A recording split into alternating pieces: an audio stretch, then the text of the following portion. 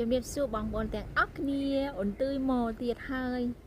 ចំមក filter នឹងមើលវាស្អាតអីក៏ស្អាតខ្លាំងម្ល៉េះលោកមកម្ដងនឹងខុសពីរដងមកម្ដងនេះនៅក្នុងលក្ខណៈថាអួតបន្តិចសំអួតបងប្អូនបន្តិចនេះបងប្អូនណាអីអើយក៏មានអួតអីនឹងបងប្អូនក្រៅពីចំការឡែទូចមកនឹងទេនេះនោះបងប្អូនឃើញទេនោះអីយោកាំងគួហើយក្តាតនេះអូហើយនឹងគឺតគួនតូចតូចហើយយោហើយសបេស្លាត់កញ្ចៃរបៀបហ្នឹងហើយបើយើងផ្លែទៅយកទៅវិចណែមហើយមិនបងប្អូនអីយោលេបទឹកមាត់ក្អឹកលួងនេះឃើញទេចេអើយសែនកញ្ចៃហើយនេះបងប្អូនចង់ហូបញោមចេកក៏មានដែរនេះអើយនឹងបើធិនញោមចេកសាច់មន់ទៀតយ៉ាងម៉េចទៅណាអូយយោ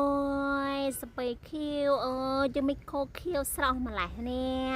យោខៀវកញ្ចៃអើយនោះនេះគឺបទីក្រហមទៅប្លង់នេះហើយនឹងគឺជាឡុងទៅនេះកូនទូចនេះឡុងហ្នឹងហើយយកបងប្អូនមើលបទីម្ដងហ្នឹងអាយកបទីបរិសុទ្ធណាបទីអត់មានជីអត់មានថ្នាំអីទេនេះបទីងាប់ហើយម៉ាញ់អូនទៅថាបទីម្ដងហ្នឹងវាធំហើយបងប្អូនជួយមើលម្ដងនេះអញអានេះគេហៅបទីយៈហ្នឹង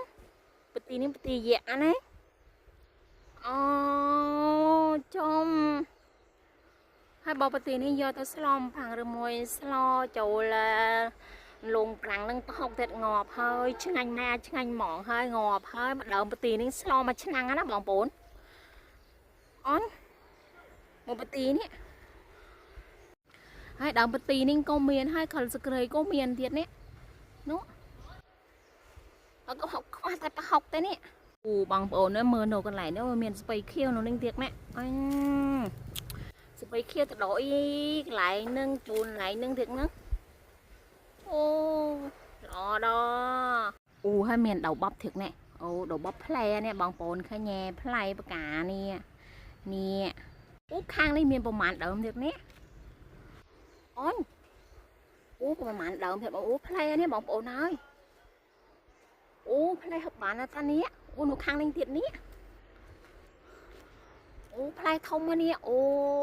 มันចេញប្រមាណថ្ងៃសោះមានផ្លែទេông kia đi vô nhà liền nó lập tức không nhanh lên đi vô liền